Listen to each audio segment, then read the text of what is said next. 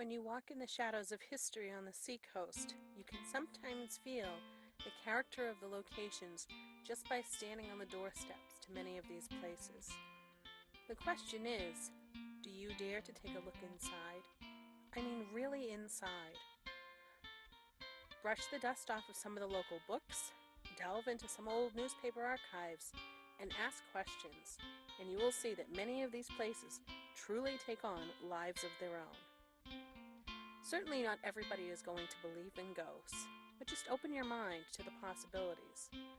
Some people are just fascinated by the history, and that's always a great place to start. Let the history be your guide, and you may be surprised to see where it leads you. And for those who love a good ghost story, the Seacoast has many to offer.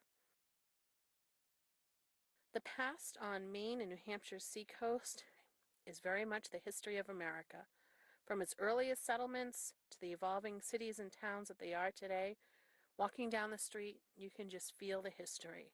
Turn a street corner and expect to be carried back hundreds of years in time.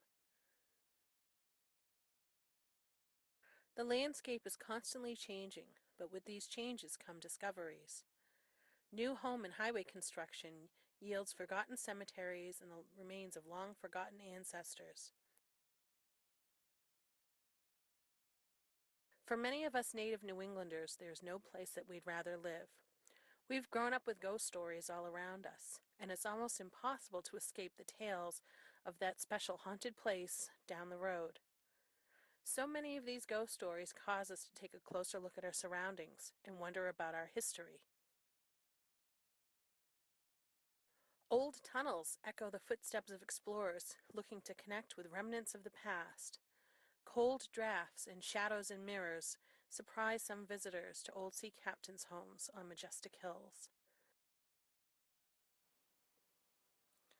Where can we start looking for stories of those who have walked our streets before and have since started to fade from memory?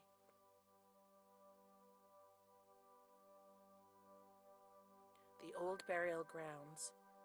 One of the most interesting and historic is the Point of Graves burial ground located in Portsmouth, New Hampshire. The burial ground is called the Point of Graves because the land that it encompasses used to be surrounded on both sides by water. In fact, the street the cemetery is on was once called Graves End Street. Deepwater wharves used to run alongside the cemetery and were primarily used by sailing ships and schooners. In the early 20th century, the wharves were filled in order to turn the area into a park. There are about 150 gravestones that remain in the cemetery. The oldest dates back to 1682. Many of the 17th century gravestones feature winged skulls or skulls and crossbones. There are a few striking 18th century stones by a stone carver named John Homer, who was from Boston.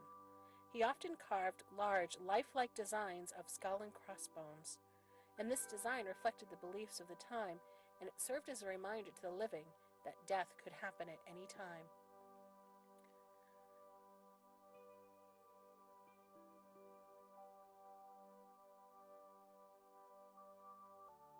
Near a pair of John Homer gravestones is the gravestone for Elizabeth Pierce.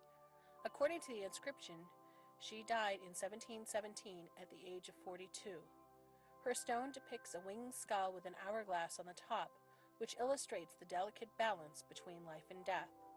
A closer look at the hourglass reveals that all of the sand is carved out at the bottom to portray that time has run out.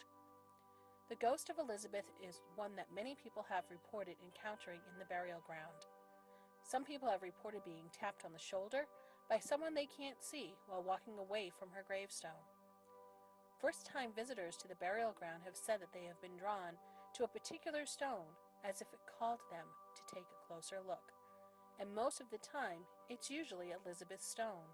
Some people have been so touched by Elizabeth's story and presence in the burying ground that they often come and leave gifts and flowers at her gravestone. It's not uncommon to be seeing someone around lunchtime sitting having a sandwich next to Elizabeth's gravestone. Or perhaps someone sitting there in deep meditation, maybe even communing with the spirit of Elizabeth.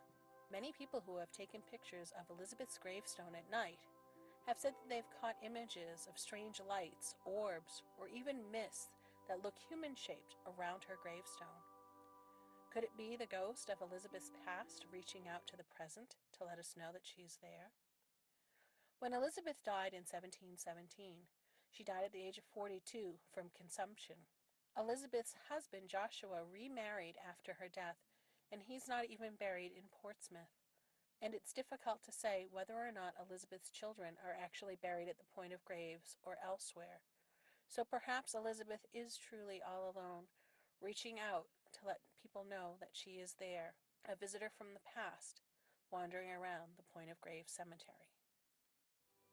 On the corner of Sagamore Avenue and South Street is a group of burial grounds that are collectively known as the South Cemetery.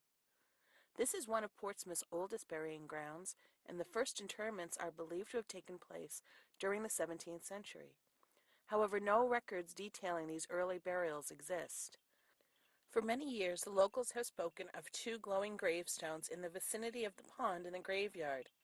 These two stones are said to glow eerily late at night, seemingly without any logical or scientific cause. Other stones in the same area do not glow. The street lights are said to be at such an angle that they do not reflect off of these glowing stones. It is said that if you stand on the highest part of the hill in the graveyard, you can't miss this phenomenon. Many notable people are buried in the South Cemetery, including Revolutionary War soldiers, ship captains, and a Supreme Court justice. Aneth Matea and Karen Ann Christensen, two victims of the infamous double axe murder on Smutty Nose Island, off the coast of New Hampshire, were interred here in 1873. Their terrifying story inspired the book and the movie, The Weight of Water. A man named Louis Wagner was sentenced to death for the crime, but some people still wonder if perhaps a woman single-handedly committed the murders and managed to escape. The cemetery was once used as an execution ground, and many hangings were held there during the 18th century. There are literally hundreds of examples of Victorian funerary images on the gravestones. South Cemetery is rumored to be one of the most haunted locations in Portsmouth. Shadow people are said to wander the grounds during and after sunset. The shadow people are believed to be protective spirits that watch over the spirits of the dead. A local resident related that one evening while she was walking through the cemetery, she sensed a spirit walking with her. She kept turning around to see if anybody else was there, but she never saw anyone. Disturbed, she quickly got into her car and drove home. She claimed that a spirit followed her from the cemetery to her house, as she could still sense a presence. The woman was so frightened that she called a local psychic to come to her house to send the spirit away. A local man named Lothar Patton went on record saying that he saw a glowing blue lady of the South Cemetery. He claimed to have encountered her several times, coming out from behind the trees. He described her as a sweet spirit and claims to have spoken to her many times. He even claimed that he developed a relationship with her and that she would often appear at his house when he had times of trouble. The man who told the story has since passed away, and sightings of the Blue Lady have become more frequent. Some people believe that perhaps she is making her appearance now more than ever because she's trying to find her friend that she had made some years ago. In the autumn time, the grounds are covered in a brilliant carpet of red, gold, and orange leaves. There is a wide variety of gravestones and markers throughout the area, including 18th century winged skulls and an Egyptian-style sarcophagus and several mausoleums. For hundreds of years, long before railroads, everything from goods to people moved by the sea. The sturdy ships that made these voyages were subject to the many challenges from sudden intense weather and the jagged rock-bound coast. Built in Kennebunkport, the Isidor was a sturdy and seaworthy bark that weighed in at about 396 tons. From the very first day work began on the ship, a strange and unusual air hung over it. The ship's captain was 36-year-old Leander Foss, who was regarded as one of the best skippers on the Maine coast. It was recalled that the shipbuilders worked in what was described as a gloomy silence, Whistling and light conversation were typically common in boat-building yards, as the sound of hammers and saws resonated in the air, but not around the Isidor. It seemed that all shreds of merriment and happiness were stripped from the scene as soon as the Isidor's keel was laid. The crew was assembled from some of the best sailors from Kennebunk and Kennebunk Port. Captain Paul Grant was a local man who joined the company as a passenger. Another sailor, Thomas King, had also signed on to the trip. He had already been paid a month's wages as part of his contract, but he refused to go. Thomas was a man of unwavering integrity and a dedicated member of the Baptist Church. However, 2 nights before the Isidor was to set sail, he had nightmares about the voyage. He dreamed of a terrifying storm that overcame the ship and proved disastrous for the bark. The vessel was completely destroyed and all of the sailors drowned. The dream was so realistic, he woke up with his heart pounding. The next night, Thomas had the same exact dream, and the fright he woke up with actually caused him to leap out of his bed. Shocked at her husband's behavior 2 nights in a row, his wife asked him what was wrong. Thomas said that he would not sail on the Isidor. Another sailor also spoke of a nightmare he had the night before the ship was to set sail. In his dream, he described seeing himself standing on the decks of the Isidor as it set sail down the Kennebunk River. A strange glowing light enveloped the ship as it sailed over the rolling waters. The next thing he saw were 7 coffins floating towards shore. He asked someone in his dream who those coffins were for, and the voice that answered him told him that one of them was for him. The next morning, Thomas went to Captain Faust to return his advance pay and asked to be released from his contract. When Captain Faust heard Thomas's reason for wanting to be discharged from his contract, he refused and dismissed the man's story as nonsense. Thomas sought advice from a friend who agreed that he should not go. Some say that Thomas hid in the woods on the morning the Isidor was to set sail. Wherever he hid, no one saw him over the next few days. Minutes before the Isidor cast off, another sailor who had signed on to the voyage ran across the wharf just in time to climb aboard the bark. A friend of his stepped forward to wish him well and told him that he had almost been left behind. The sailor responded that he had wished he was left behind. He scrambled on board and spoke to no one else. The Isidor finally set sail just before noon on that fateful November day. It is remembered that the mood of the crowd that assembled on the shore was very dismal and subdued. Despite the apparent concern, the Isidor held its own once it was fully afloat in the cold waters of the Kennebunk River. As the afternoon progressed, northeast winds began to increase. At sunset, the Isidor was seen just off of Boone Island in nearby York, Maine. The waves began to intensify, with 30-foot swells and the snow becoming blinding. By midnight, the storm had become a screeching gale. The Isidor was doomed. One can only imagine the panic and terror of the captain and crew on that fateful night on the tempestuous ocean. In the morning, the tragedy of the night was revealed along Avery's Cove in York, 6 miles west of Boone Island. The splintered ship washed ashore in pieces. The bow was visible, but covered in water. The ship's cargo of lumber littered the rocky shoreline. Some people believe Captain Foss may have made the decision to sail back to Kennebunk, but it was too late. Minister John Pottle was one of the first people at the scene to the wreck in York. He waited with the wives and friends of the crew to see if any bodies washed ashore. Only 7 bodies were recovered, including that of Captain Leander Foss, and coincidentally, the mariner who had the dream of the 7 coffins. Thomas King, the mariner who had refused to sail, returned a few days after the disaster and learned of the terrible tale. While his family was happy to see him, there were many people in town who were angry at his actions. About 10 years after the wreck of the Isidor, tales of a phantom ship were told. Local fishermen along the coast described seeing a ghostly ship sailing along Avery's Cove and out by Boone Island. Some fishermen were afraid to relate their experiences of seeing this ghostly ship because it had disappeared right before their eyes, and it didn't seem possible. Sightings of the phantom ship have been seen from Kennebunk, Maine, down to Rye, New Hampshire. It is described as sailing without any sound, with tattered sails and a crew on deck that just seems to stare off into the distance, soaking wet. When approached, it just sails off into the mist and vanishes. Some mariners have reported that they've tried to throw a line to the ship, but it only turns and sails away. It is believed by some that the ship is still sailing, looking for the man who refused to fulfill his obligations to sail on the Isidor's maiden voyage. Others believe that it is a reminder of the perilous dangers of the coast during a storm. In 1912, the Maine Sunday Telegram recounted the story of the Isidor and included additional commentary regarding the ghost ship by reporter Chandler Briggs Allen. The yarn of the phantom ship may be rejected as a product of superstitions and morbid imagination. It matters nothing. But even the hardest-headed person must accept well-substantiated and incontrovertible facts, and there are enough to make one wonder if, after all, there might not be a grain of truth in the yarn the sailors used to tell.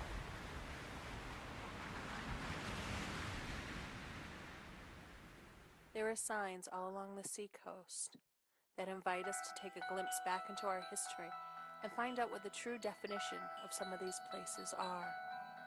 Such is the story that goes back to 1656 along a quiet space between Portsmouth and Newcastle. Land disputes and changes in weather could be blamed on witchcraft, a sin so evil that it was punishable by death. One night in the Portsmouth woods, Susanna Trimmings was returning to her house and met up with the witch, Goodwife Walford. The incident is rumored to have left Susanna in such severe physical shock and pain that she claimed when she had encountered Goodwife Walford, a shock of fire slapped her on the back and left her limbs frozen and cold. Somehow she managed to struggle her way home. Goodwife Walford transformed into a cat, jumped into a tree, and then vanished off into the darkened woods. And the witch had given her a foreboding message, claiming that she would take a long journey, one from which she would never return, and she took that as a curse upon her life. The story spread throughout the settlement rather quickly. The residents were shocked and frightened to think that the evils of witchcraft had come to Portsmouth shores. After hearing the story of Susanna Trimmings, 2 children came upon Goodwife Walford and fled from her, screaming all the way home. The tale goes on to say that Goodwife Walford told the children not to be afraid, because the townspeople would think that she bewitched the children and that she would be put to death. People hid in their homes in terror after news spread. Husbands and wives gathered with neighbors wondering what to do about the witch menace. One of the husbands claimed to have even seen the cat and shot at it several times, and yet the cat did not die. Even things as simple as holes appearing in socks were blamed on the witch. Hysteria was settling in with the townspeople, who could do nothing but think the worst. Personal belongings began disappearing, and the loss of a batch of homemade soap was blamed on the witch cat. The next morning, lying on the floor in front of the fire was the missing and suspected yellow cat, proudly displaying a rat he had killed. It was discovered that the rat had eaten those mysterious holes in the socks. The trouble was far from over. Mrs. Trimmings, along with other witnesses, who maintained they knew Goodwife Walford was a witch, went to the magistrate, and she was brought into custody under suspicion. Although court records dating from this time are scarce, it is said that the charges were dropped. This was not good enough for her accusers, and they still openly called her a witch. Angered by the continuing accusations, Goodwife Walford brought a case of slander against those pointing the finger at her, and she was awarded £5 for her troubles. Although many still whispered she was a witch, outward confrontations quickly came to an end. The locals say that the area in which the encounter had happened, all that long time ago, has been plagued by strange, mysterious, ghostly lights. Perhaps the spirits of Goodwife Walford and Susanna Trimmings are still wandering through the woods.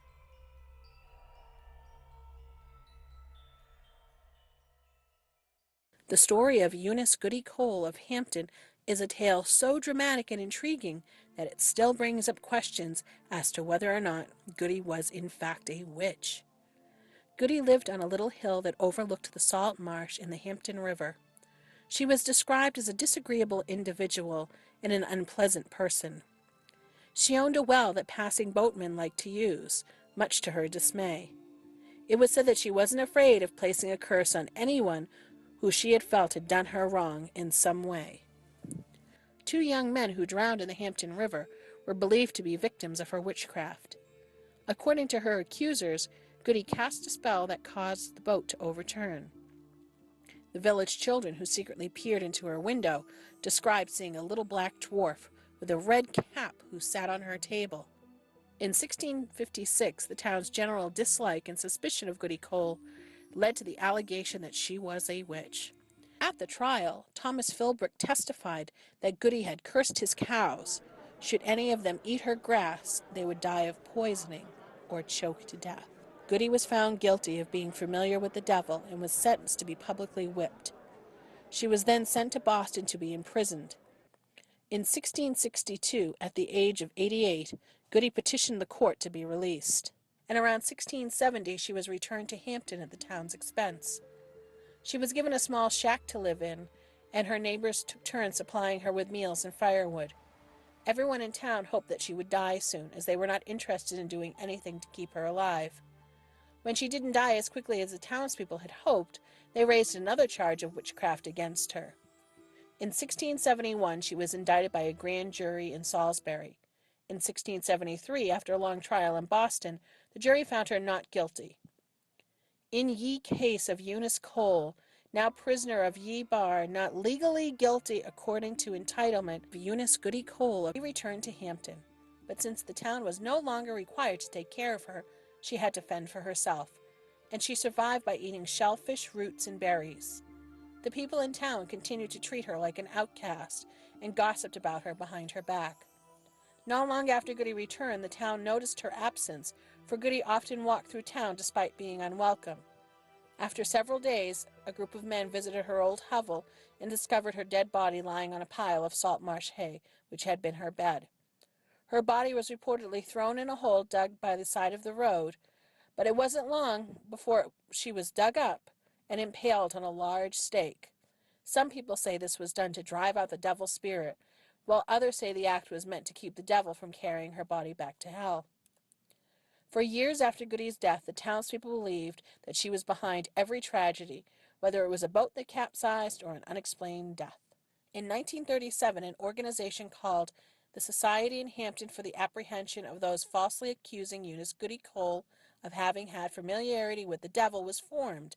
The society lobbied Judge Perkins to exonerate Goody of all charges of witchcraft and demanded that she be reinstated as a citizen in good standing. On March 8, 1938, on the town's 300th anniversary, a town meeting was held, and the following motion was made and unanimously approved.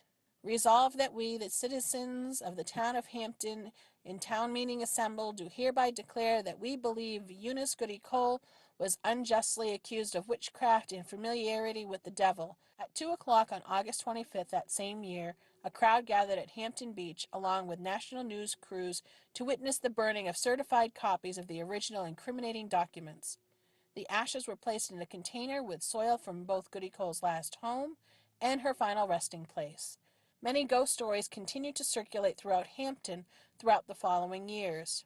According to one story from 1955, a Hampton housewife invited a little old woman inside her home for lemonade. Inside, the old woman asked questions regarding the whereabouts of the memorial for Goody Cole, and said that she had been searching for it on the village green, but was unable to find it. The old woman stood up and walked out of the house through a closed screen door.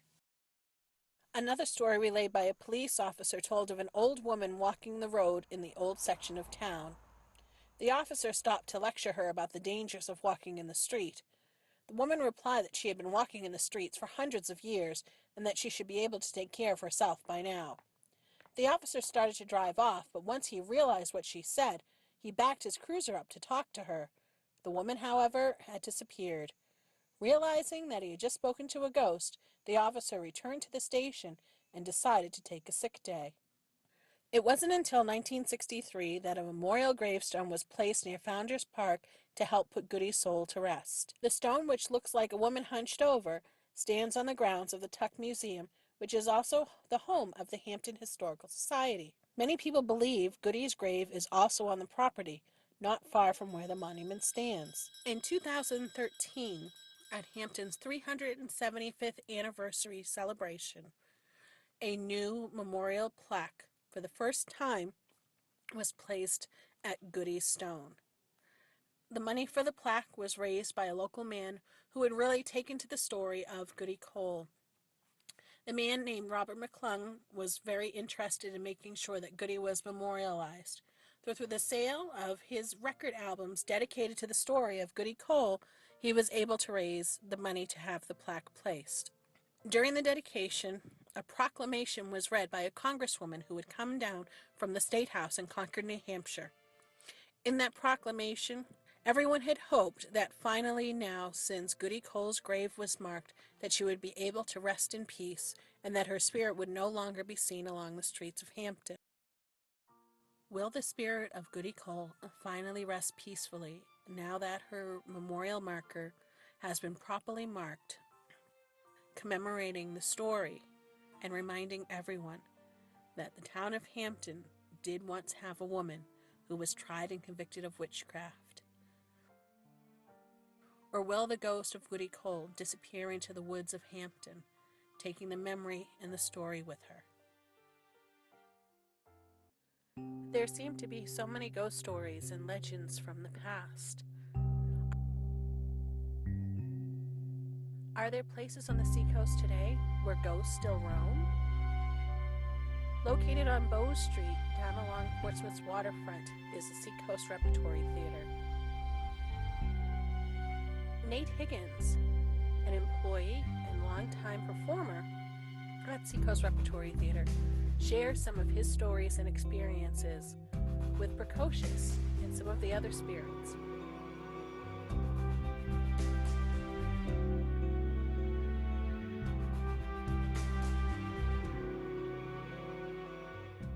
So I came here in 2010 as an actor, and I stayed on and became a resident actor.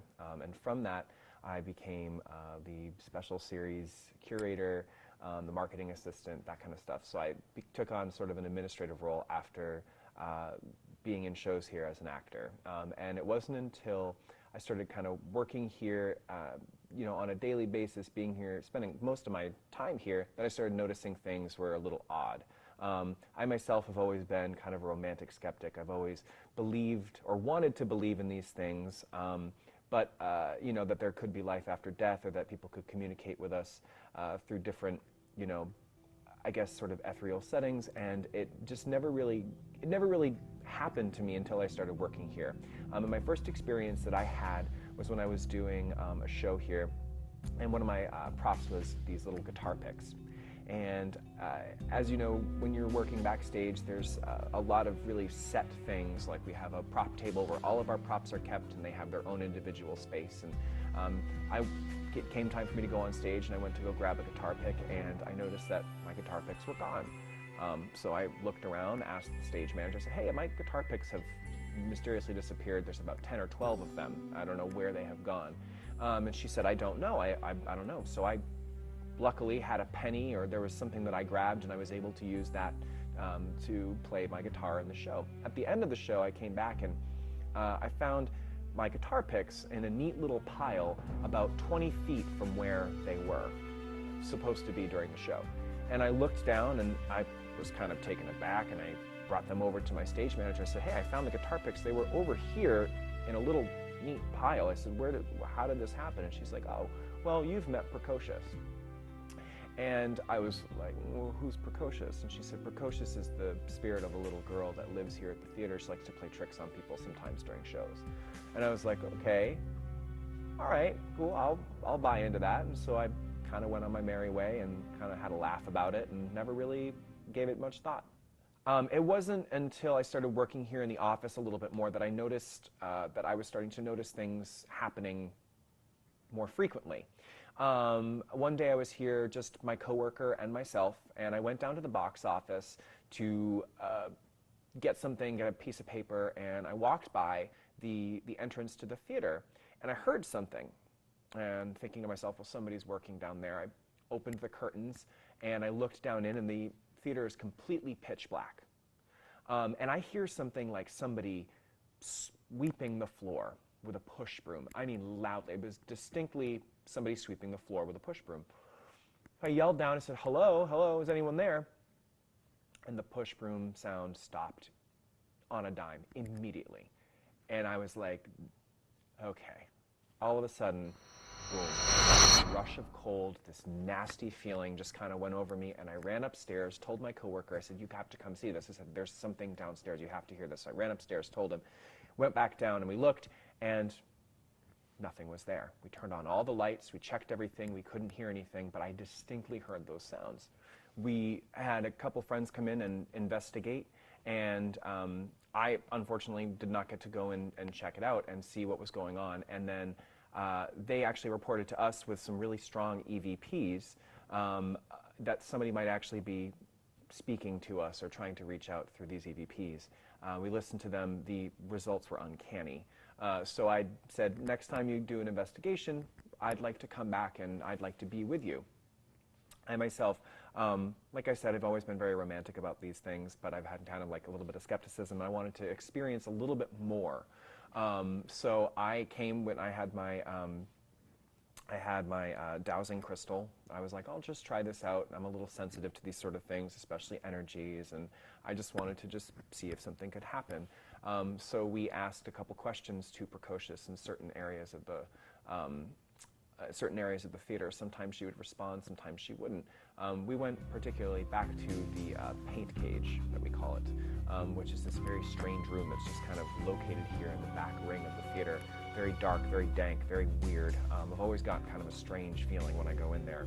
So we decided to ask some questions there. We asked the questions, is anyone stuck in this room? And the pendulum that we had, or that I was working, just went back and forth answering, indicating yes. And I asked if they could make the pendulum stop, and on a dime, that pendulum swung and stopped immediately.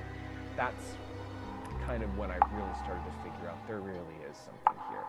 A little bit later on in the evening, we continued to ask the spirits questions, and I was particularly interested in talking to Precocious, so I started asking her some questions, and I had an EVP reader in my hand, and I asked her some questions. And I was getting a little bit of a response. And I'm kind of a tall guy. I'm 6'1". I'm holding the EVP up like this. And I decided to bring the EVP down. And when I brought the EVP down, that's when I got my strongest readings, indicating that whatever was answering me was short and smaller. It was then that I was then touched on the arm. I had a distinct red mark on my elbow from where I was touched. I lost it, freaked out completely. I felt as though I immediately had to be sick. That's kind of, it was like almost sort of like a nauseous punch is kind of what hit me. That's how powerful it was. That's the only way I can describe it, is I immediately felt like I had to throw up, which is just bizarre.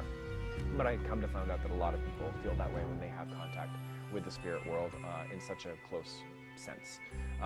Sometimes it can make them feel very happy, sometimes it can make them cry. This made me feel like I needed to get sick. And I think it's just my perception of how it kind of happened. I did not end up throwing up, which is good.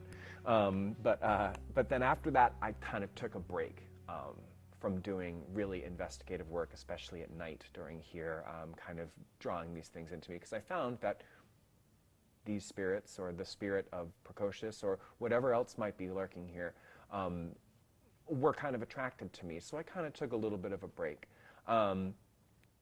We've done plenty of tours with Roxie, with guests that have come in, and we've gotten crystal clear EVPs of people talking to us, of spirits. You can hear echoes, you can hear whistling, you can hear you can hear that this place was a very, had a lot of hustle and bustle back in the day.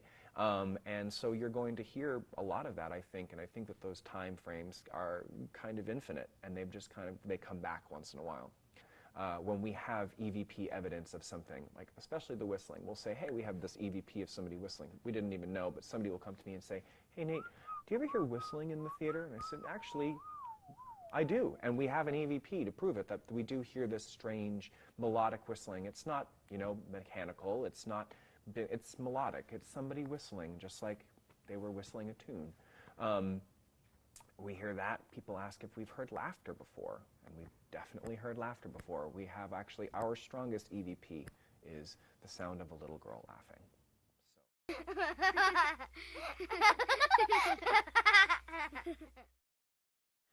So a couple people that have worked here have reported that they see this tall, dark figure in a black coat, black top hat.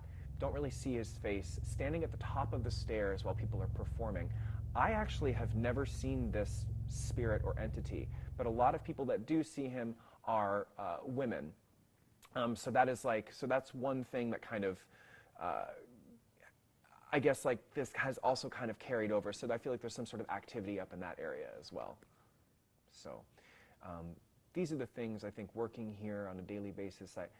I've gotten used to seeing things out of the corner of my eye, or having that kind of strange feeling when I'm in a room. And it doesn't just reside here in the theater, it resides down in the ring, backstage, up in my office. I still experience these things on a daily basis, sometimes weekly basis, sometimes daily basis. And I think that like,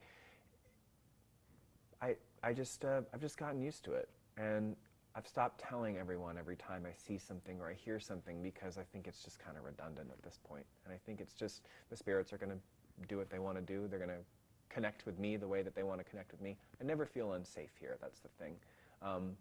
So I just let them have at it. They want to talk to somebody, they can talk to me in their own special way. Spirits, historically have fed off of strong emotions, and that this place is filled with strong emotion, 52 weeks out of the year with our, amazing award-winning programming and our singing, our musicals, our plays. There's a lot of emotions being thrown around here, and I think that that's kind of what the spirits are feeding off of, and I think that that's why a lot of theaters are haunted. I think that we have a little bit one-up in this area just because of the location of where we are, and that being so close to the water sort of magnifies those energies, and I think that that's what the spirits kind of feed off of. If Nate had a chance to speak to Precocious and ask her a question, what would he want to know? If I could sit down and talk with Precocious or find out who she was, I mean, I would love to know who she once was. And I think a lot of times that she's different ages. She might be different in different moods in different parts of this theater. We see a lot of trickery and weird stuff happen in the green room. We also see that we see more of a sweet side to her, this more playful side over on stage left, like backstage left. So I'm wondering if this is a spirit of maybe a girl that maybe lived here, and I guess it's okay that, it's okay if you want to reach out to us. It doesn't scare us. You're not scaring us. It doesn't harm us. If I could say anything to her, I'd say, keep at it. I want to know more about you.